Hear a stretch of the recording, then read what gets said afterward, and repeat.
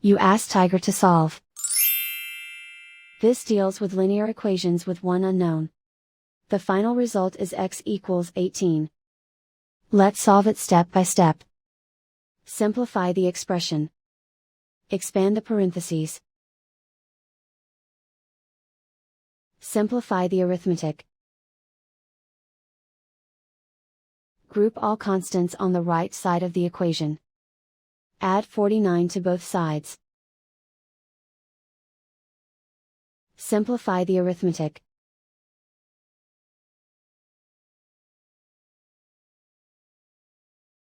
Isolate the x. Divide both sides by 7. Simplify the fraction. Find the greatest common factor of the numerator and denominator. Factor out and cancel the greatest common factor. And so the final result is x equals 18.